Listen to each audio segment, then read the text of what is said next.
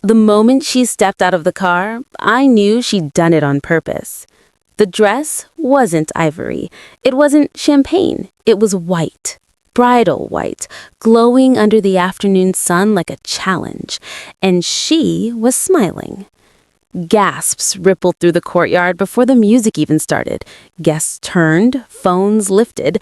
My mother froze mid-step. My maid of honor squeezed my hand so tightly I lost feeling in my fingers. "Do you want me to say something?" she whispered. I looked at my sister, my older sister, who had always needed to be first. First to graduate, first to move out, first to get engaged. And when her engagement fell apart 6 months before my wedding, I knew, deep down, she hadn't forgiven me for still having mine. But I didn't say anything. Instead, I smiled. Because sometimes the best revenge isn't confrontation, it's timing.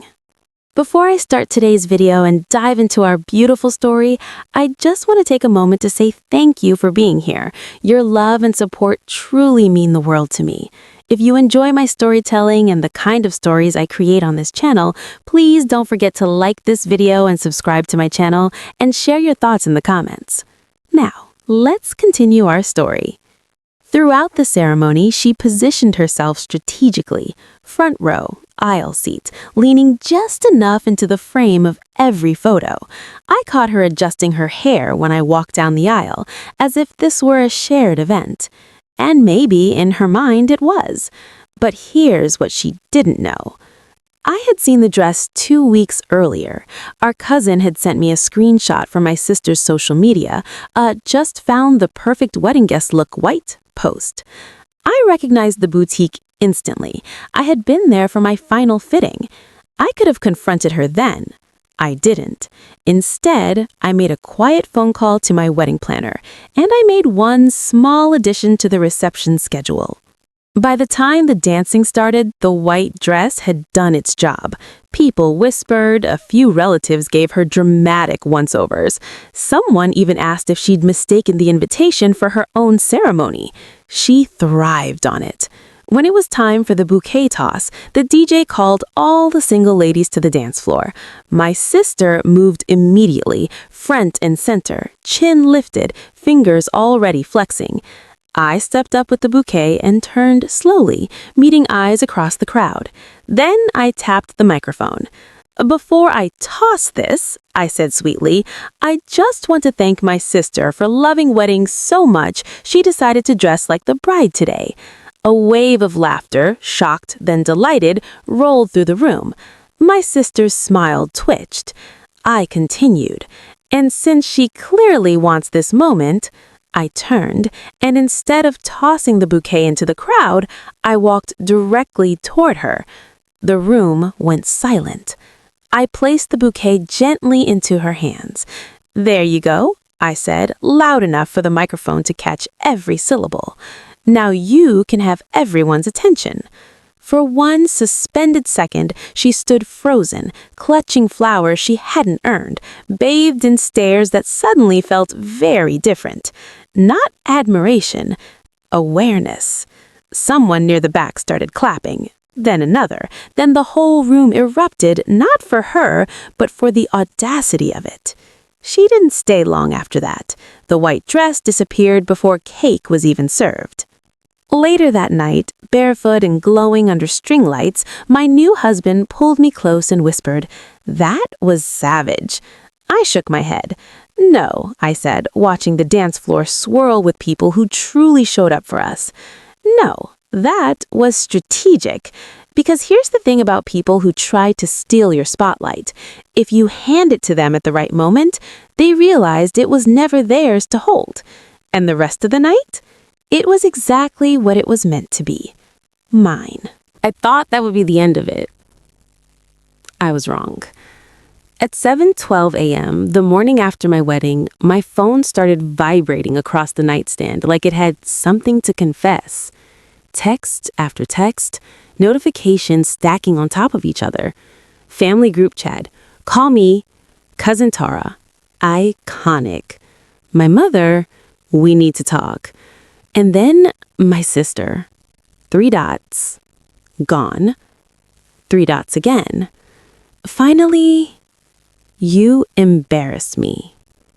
I stared at the message for a long moment, sunlight cutting across the hotel room, my husband still asleep beside me.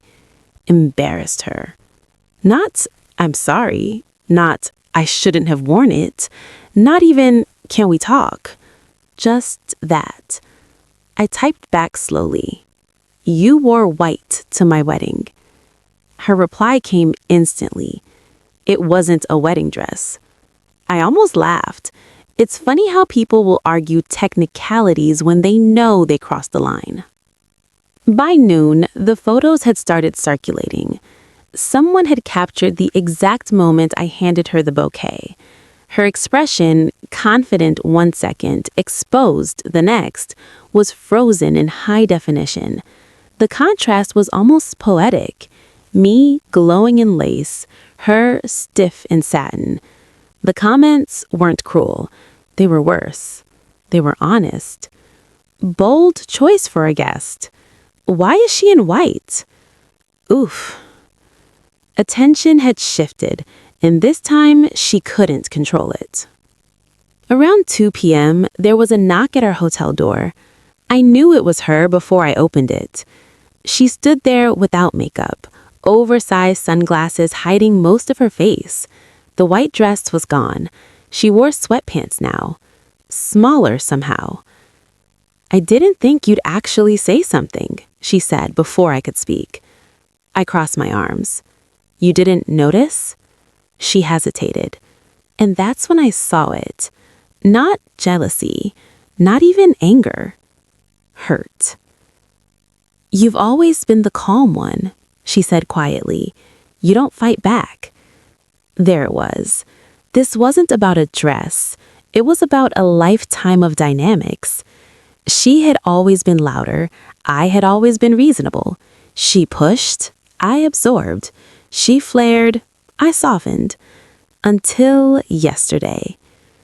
I didn't fight you, I said evenly. I just stopped protecting you. Silence filled the hallway between us. For the first time in years, she didn't have a comeback. We talked for almost an hour. Not about the bouquet, not about the photos, about the broken engagement, about how she felt like she was falling behind, about how watching me walk down the aisle felt like watching a door close on the version of life she thought she'd have by now. I didn't want to ruin it, she admitted. I just didn't want to disappear. That hit differently, because underneath the audacity was something painfully human, fear of being left behind. I sighed. You don't disappear just because it's my turn. Her shoulders dropped, not dramatically, just enough. She said, I'm sorry. And this time, she meant it. 2 weeks later, when the professional photos came back, I surprised her. I sent her one. It was cropped carefully, just the two of us laughing during cocktail hour. In that frame, the dress didn't matter. It looked almost silver in the lighting. Underneath, I wrote, Next time, just wear red. She replied with a laughing emoji, then a heart. It wasn't a perfect ending. We're still sisters, which means we're still complicated. But something shifted that day. Not because I humiliated her, not because the room clapped, but because for the first time, I showed her that loving someone doesn't mean letting them overshadow you. And she learned that attention taken isn't the same as attention earned. As for the bouquet, it's dried now, sitting in a glass case in our living room. A reminder that sometimes the most powerful move isn't throwing something away. It's choosing exactly where to place it. A year later, she showed up early. That's how I knew something was different. No dramatic entrance, no calculated timing, no statement dress. Just my sister, standing on my porch with a bottle of wine and a nervous half smile. Happy anniversary, she said. It was our first. We'd kept it small, just a backyard dinner with close friends, string lights tangled through the trees, music low enough for real conversation, nothing performative, nothing competitive. Peaceful. She stepped inside and handed me the wine. It wasn't white. It was deep red. I figured I'd follow instructions this time, she said. I laughed, not politely, not tensely, genuinely.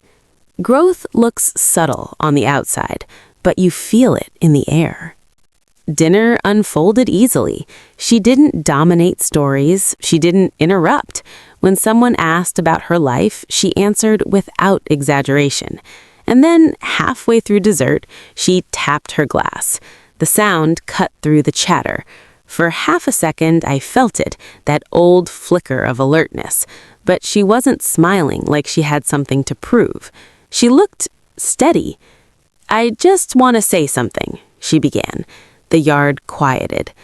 "A year ago, I made my sister's wedding about me. No jokes, no deflection. I thought I was being bold. I thought I was being funny. But really, I was scared. Scared of being behind. Scared of not being chosen. Scared of feeling replaceable." Her voice didn't shake, but it wasn't loud either. And instead of admitting that, I wore white to someone else's milestone. A few soft chuckles from the friends who knew. She turned to me. "You didn't scream at me. You didn't cause a scene. You just handed me the bouquet and let me feel what I was trying to take." She swallowed. That was the moment I realized attention isn't love and competition isn't connection. The yard was silent. "I'm proud of you," she finished. "Not because you got married, but because you stopped shrinking to keep me comfortable." I didn't realize I was crying until my husband squeezed my hand. After the toast, people clapped, not wildly, not mockingly, warmly. She sat down beside me instead of across the table, not as a rival, as a sister. Later, when the guests filtered out and the fairy lights were the only thing glowing, she lingered. "You know," she said, nudging my shoulder, "that bouquet thing was brutal." I smirked. "Strategic." She smiled. "Yeah, that." There was no bitterness in it now, just memory. Growth doesn't erase what happened, it transforms it. A few months after that, she called me with news. She was engaged. Not in a rushed look-at-me way, not with a flashy social media countdown, just quiet happiness in her voice. And when she started wedding planning, she asked me one thing. "What color are you wearing?" I paused dramatically. "White," I said. Silence. Then we both burst out laughing, because here's what we learned. Love isn't a spotlight you fight to stand under. It's a room big enough for both of you. And this time, when she walked down the aisle, I sat in the front row, wearing deep red, clapping the loudest. No competition, no shadows, just sisters, exactly as we were always meant to be. Growth is quiet, but tests are loud. My sister's wedding was everything mine wasn't. Cathedral ceilings, a guest list 3 times the size, a string quartet playing dramatic covers of pop songs. And for the first time in our lives, I wasn't the bride. I was the maid of honor. Deep red dress, just like we joked. I stood beside her as guests filled the pews, watching her glow in a gown that was unmistakably, unapologetically bridal. She looked happy, not performative happy, not competitive happy. Settled. Before the ceremony, she grabbed my hands. "If anything feels weird today," she said, searching my face, "tell me. I don't ever want us to go back to that." That didn't need explanation. I squeezed her fingers. "We won't." I meant it. The ceremony was flawless. Vows spoken clearly. No dramatic objections, no side eyes from relatives. And when it came time for speeches at the reception, I stepped up first. I told stories, the embarrassing childhood ones, the tender ones, the ones that showed exactly who she was beneath the sharp edges she used to wear like armor. The room laughed, then teared up. And when I finished, I raised my glass. To my sister, I said, who taught me that love isn't about being first, it's about showing up better the next time. Her eyes shimmered. It felt like closure. But then, halfway through dinner, an unexpected ripple moved through the crowd. Whispers, phones lifting, the doors at the back of the ballroom opened, and in walked her ex-fiancé, the one who left, the one whose absence had started this entire spiral years ago. He wasn't supposed to be there. He walked in like someone who had rehearsed it, slow, apologetic expression, gift bag in hand. My sister saw him. I watched the color drain from her face. For one split second, I saw it. The old reflex, the need to perform, to pretend she was unaffected, to win. The room held its breath. And this was the test. Not of her, of me. A year ago, I would have stood still and let her handle it alone, told myself it wasn't my place. But growth goes both ways, so I stood up. Not dramatically, not aggressively, just steady. I crossed the ballroom floor before he could reach her table. "Hi," I said calmly, blocking his path with a polite smile that didn't reach my eyes. "This is a private event." I just wanted to congratulate her, no hard feelings. I tilted my head. "That's kind, but today isn't about your closure." A few guests nearby pretended not to listen. He shifted, uncomfortable. She deserved to hear from me. I held his gaze. She deserved consistency. She found it. "You're late." Silence. Not explosive, not cinematic, just firm. After a moment, he nodded stiffly, pride bruised, and turned around. The doors closed behind him. And just like that, the interruption dissolved. When I returned to the table, my sister was standing, not shaken, not spiraling, just watching me with an expression I'd never seen before. Relief. "You didn't have to do that," she said softly. "Yes, I did. Because here's the thing about healing. It isn't proven when things are easy. It's proven when the old trigger shows up and you choose differently." She pulled me into a hug, tight and unfiltered. No audience, no performance, just gratitude. Later that night, as she stepped onto the dance floor for her first dance, she looked weightless. Not because her past hadn't tried to walk back in, but because it didn't get to stay. And I realized something then. Part 1 was about boundaries. Part 2 was about honesty. Part 3 was about forgiveness. But part 4 was about protection, not from each other, for each other. And as the music swelled and she laughed in her husband's arms, I felt something settle in my chest. We weren't competing anymore. We were a team. And this time, when the spotlight found her, I didn't need to step into it. I just made sure nothing tried to steal it.